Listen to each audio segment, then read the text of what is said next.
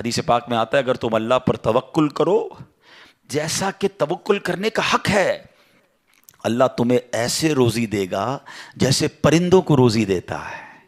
کبھی امیجن کیا آپ نے پرندوں کو روزی کیسے ملتی؟ یہ حدیث میں ایسی اچھا ہو سکتا ہے انسانوں کے بارے میں فرمایا جاتا، نبی پاک فرما دیتے، جانوروں کے بارے میں فرماتے، پرندوں کے بارے میں کیوں فرمایا؟ سبحان اللہ۔ آپ کو دنیا میں پتہ ہے پرندے کتنے ہیں؟ ایک کیلکولیشن کے مطابق اس دنیا میں جتنے جانور ہوتے ہیں نا وہ انسانوں کا ملٹیپلائی بائی 10 ہوتے ہیں، ٹھیک ہے؟ ہم 8 ارب ہیں تو وہ 80 ارب ہیں، ساری جانور، چوپائے اور جتنے بھی جانور ہیں، انسیکٹس بھی اس میں ملا لیں، لیکن فرمایا پرندے اس کا ملٹیپلائی بائی 10 ہوتے ہیں۔ اٹ مینس اس دنیا میں اپروکسیمیٹلی 800 ارب پرندے ہیں، ٹھیک ہے؟ 800 ارب پرندے روز کہاں سے کھاتے ہیں؟ کوئی سپلائی لائن کو جا کے ان کو درختوں پہ پہنچاتا ہے؟ کسی گھونسلے میں کوئی آپ نے کبڈ دیکھی، کسی گھونسلے میں آپ نے کوئی سٹاک دیکھا کہ جناب یہ کل کا چارہ ہے، یہ رات کا چارہ ہے، میرے چھوٹے چھوٹے بچے ہیں اس کے لیے چارہ ہے؟ Nothing else. ہر پرندہ 800 ارب پرندے اپروکسیمیٹلی روز صبح فجر کے بعد بھوکے نکلتے ہیں، اور جب شام اپنے گھونسلے میں آتے ہیں تو سب کا پیٹ بھرا ہوا ہوتا ہے۔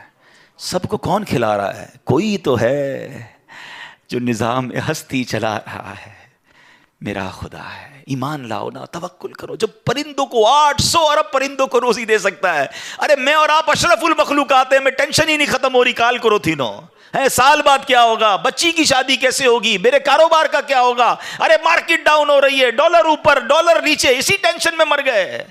یار جو رب چونٹی کو کن اور ہاتھی کو من دے سکتا ہے وہ اس نے مجھ سے بھی وعدہ کیا ہے۔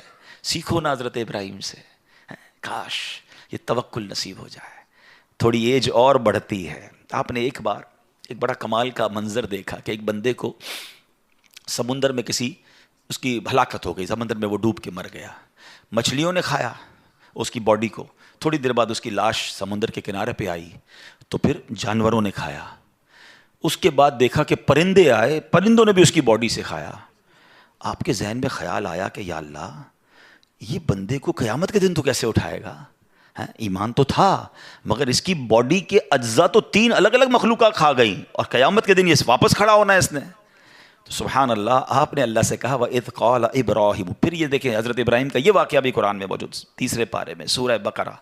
آپ کہتے ہیں وَإِذْ قَالَ إِبْرَاهِيمُ رَبِّ أَرِنِي كَيْفَ تُحْيِي الْمَوْتَى۔ اے اللہ، حضرت ابراہیم نے عرض کی کہ اے میرے رب مجھے دکھا دے تو مردے کیسے زندہ کرے گا؟ ارشاد ہوتا ہے قَالَ أَوَلَمْ تُؤْمِنْ، اے ابراہیم تو ایمان نہیں لایا، تجھے یقین نہیں؟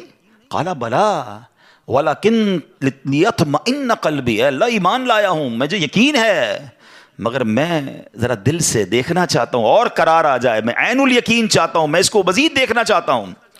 قَالَ فَخُذْ أَرْبَعَةً مِّنَ الطَّيْرِ، قرآن کہتا ہے رب نے فرمایا کہ اچھا 4 پرندے لے، فَصُرْهُنَّ إِلَيْكَ ثُمَّ اجْعَلْ عَلَىٰ كُلِّ جَبَلٍ، فرمایا اس کو اپنے ساتھ ہلا لے، اپنے ساتھ مانوس کر لے، پھر ان کا ایک ایک ٹکڑا پہاڑ پر رکھ دے، مِنْهُنَّ جُزْءًا ثُمَّ ادْعُهُنَّ يَأْتِينَكَ سَعْيًا، فرمایا پھر انہیں بلا، وہ تیرے پاس چلے آئیں گے پاؤں سے دوڑتے، وَاعْلَمْ أَنَّ اللَّهَ عَزِيزٌ حَكِيمٌ، اور جان رکھ اللہ غالب حکمت والا ہے۔ اب ہوا کیا، حضرت ابراہیم کو حکم ہوا کہ 4 پرندے لیں۔ اب آپ نے 4 پرندے الگ الگ لیے، مور لیا، کبوتر لیا، آپ نے مرغ لیا اور ایک گدھ لیا۔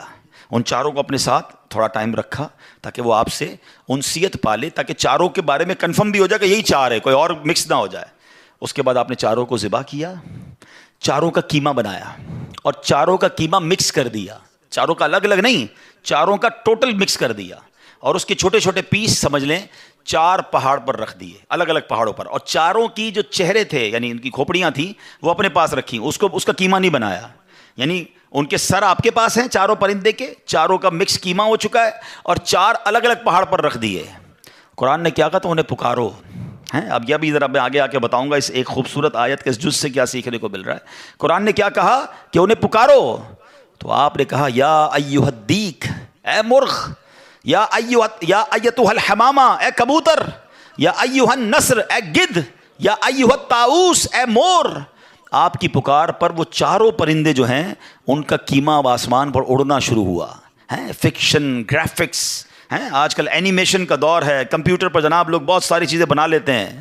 سنو 5000 سال پہلے قرآن میں یہ واقعہ موجود ہے کہ کیا ہوتا ہے، ان چاروں کا کیما اڑتا ہے، اور اب جس کا مرغ کا ہے وہ مرغ کی طرف، مور کا ہے تو مور کی طرف، کبوتر کا چاروں کے جسم پورے کمپلیٹ ہوتے ہیں، سر نہیں ہے، سر تو آپ کے پاس ہے نا، وہ چاروں پرندے بغیر سر کے دوڑتے ہوئے آپ کے پاس آتے ہیں، زندہ ہو جاتے ہیں مگر سر نہیں ہے، قریب آتے ہیں تو حضرت ابراہیم نے ان کا سر جو ہے وہ واپس ان کے پاس لگا دیا، سب سر بھی ان کا لگ گیا، آ کر دانا چگنے لگ گئے۔ حضرت ابراہیم نے اپنی آنکھوں سے مردوں کو زندہ ہونے کا واقعہ دیکھا اور آپ کے دل کو اطمینان اور قرار آیا، یہ میرا رب یہ ہے۔ کیسے ہیں کہتے ہیں کسی کو شیر کھا جائے، کسی کو مچھلی کھا جائے، کسی کی سمندر میں موت آ جائے، معاذ اللہ کسی کے پرخچے اڑ جائیں، کوئی آگ میں راکھ ہو جائے، میرا رب چاہے تو سب کو دوبارہ جسم ان کی تمام باڈی کو پھر کریٹ کرے گا اور وہ قیامت کے دن جمع ہوں گے۔ حضرت ابراہیم نے یہ اپنی آنکھوں سے دیکھا۔ حضرت ابراہیم علیہ السلام کے اس واقعے سے کیا سیکھنے کو ملا؟